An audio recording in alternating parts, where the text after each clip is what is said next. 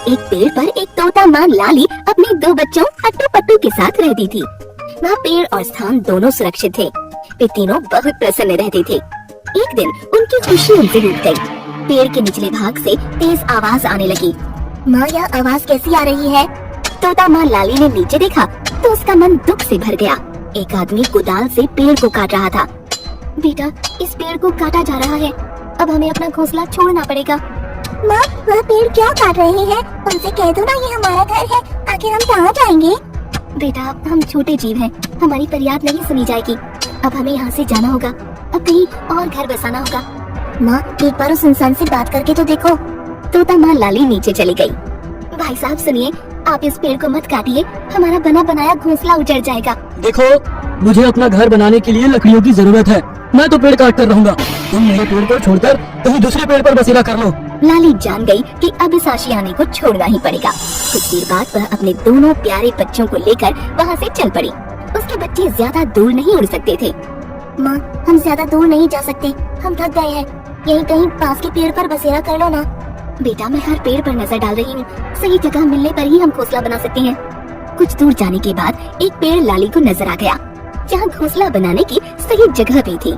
उन्होंने पेड़ से प्रश्न किया, पेड़ भैया, मैं और मेरे बच्चे बेघर हो गए हैं, हमें रहने के लिए एक सही जगह चाहिए, क्या हम आपकी डाली पर घोंसला बना सकते हैं? नहीं नहीं, मेरी डाली पर घोंसला मत बनाओ, आगे बढ़ जाओ, वो छोटा पेड़ दिख रहा है, वहाँ तुम्हारा काम बन सकता है। पेड़ की बात से लाली को दुख हुआ, लेकिन वह मजबूर थी। उसके मन में सवाल आया कि आखिर पेड़ ने मना क्यों किया। मना करने के साथ साथ आगे के पेड़ का रास्ता भी दिखा दिया। दोनों बच्चों को लेकर वह आगे उड़ चली। वह छोटा पेड़ आ गया। अरे भैया, मैं बड़ी देर से परेशान नन्हे बच्चों के साथ उड़ती चली आ रही हूँ, आपकी डाली पर घोंसला बनाना चाहती हूँ, आप मना तो नहीं करेंगे ना? अरे नहीं नहीं, मैं भला क्यों मना करूँ, बना लो शौक से घोंसला, छोटे प्यारे प्यारे बच्चों की मीठी आवाज सुनने को मिलेगी, मेरा भी मन बहलता रहेगा। हाँ, मीठे फल खाने हो तो उस बड़े पेड़ से लाना होगा। धन्यवाद भैया, अब हम आपके शरण में आ गए हैं, हमें पूरा विश्वास है कि जीवन अच्छा गुजरेगा। लाली ने एक घोंसला बनाना शुरू कर दिया। इसी बीच अट्टू ने प्रश्न कर दिया, माँ, उस बड़े पेड़ ने मना कर दिया, इस छोटे पेड़ ने हमें अपना लिया। दूसरी बात, छोटे पेड़ ने मीठे फल के लिए बड़े पेड़ का रास्ता क्यों बता दिया? माँ, उस बड़े पेड़ का फल मीठा है, फिर उन्होंने कड़वी बात क्यों कही? मेरे प्यारे बच्चों, उसके पीछे भी जरूर कोई कारण होगा। पेड़ तो सदैव देना जानते हैं, कुछ लेना नहीं जानते। फल, छाया, लकड़ी और हम जैसों के लिए घर भी देते हैं। ये छोटा पेड़ भी पूरी तरह से सुरक्षित है। वे तीनों घोंसला बनाकर बड़े प्रेम से रहने लगे। अट्टू पट्टू भी बहुत प्रसन्न रहते थे। कई बार वे उसी छोटे पेड़ का फल खा लेते थे। एक दिन लाली आसपास का इलाका जानने के इरादे से आगे निकल गई। कुछ देर तक जब लाली नहीं लौटी, तब बच्चे अपने घोंसले से सर निकालकर बहुत बेसब्री से अपनी माँ का रास्ता देखने लगे। कुछ देर बाद लाली मुंह में एक फल लेकर आ गई। बच्चे फल खाने लगे। माँ, यह फल तो बड़ा स्वादिष्ट और मीठा है, आपने इसे कहाँ पाया? मेरे बच्चों, ये फल उसी बड़े पेड़ से तोड़कर लाई हूँ, उन्होंने ही मुझे आवाज देकर बुलाया था। अजीब पेड़ है, आसरा देता नहीं, फल खिलाता है। एक दिन लाली उड़कर उसी बड़े पेड़ के पास से जा रही थी। पेड़ ने उसे बुला लिया। अरे लाली, आज ज्यादा फल लेकर आओ, अपने घोंसले में संभाल कर रख देना, काम आएंगे। लाली ने 2-3 चक्कर लगाकर कुछ फल अपने बच्चों के पास घोंसले में रख दिए। पेड़ ने कारण कुछ नहीं बताया और लाली ने भी पूछना उचित नहीं समझा। लाली अपने बच्चों के साथ घोंसले में बैठकर फल खा रही थी।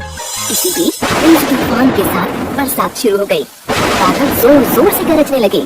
लाली, अरे वो लाली, अपने बच्चों के साथ संभल कर रहना, मौसम का मिजाज अच्छा नहीं दिख रहा है। हाँ भैया, बड़ी सावधानी से रहना है। लाली ने अपने दोनों बच्चों को अपने पास कर लिया था। इतने में बड़े जोर की आवाज आई। उन लोगों ने देखा वह बड़ा पेड़ उखड़कर जमीन पर गिर पड़ा था। ओह, नेक बड़े पेड़ को तूफान ने गिरा दिया और पंछियों को मीठा फल खाने को नहीं मिलेगा। बरसात और तूफान दोनों रुक गए थे। लाली उड़कर बड़े पेड़ के पास पहुंच गई। लाली, तुम आ गई? मुझे खेद है, अब मैं तुम लोगों का साथ नहीं निभा पाऊंगा, सबको मीठे फल नहीं खिला पाऊंगा। आज मैं तुम्हें ये बात बताना चाहता हूँ कि उस दिन मैंने तुम्हें शरण देने से क्यों मना किया। दरअसल मेरी जड़ें बहुत कमजोर हो गई थी। मैं जानता था कि वे तेज तूफान का झटका नहीं सह पाएंगी। मैं नहीं चाहता था कि कोई मेरी डाल पर घोंसला बनाकर खतरा मोल ले, इसीलिए मैंने तुम्हें मना कर दिया और छोटे पेड़ का रास्ता बता दिया। मेरे फल खाओ और अपने बच्चों के लिए ले जाओ, अभी भी ये ताजे हैं। बड़े पेड़ भैया, आप बहुत अच्छे हैं, आपकी भावना सदैव अच्छी रही है, आपके प्यार की मिठास को मैं सदैव याद रखूंगी। बड़े पेड़ की बातें सुनकर लाली का मन भर आया था। वह समझ चुकी थी कि स्वभाव की मिठास सदैव फल में भी रहती है।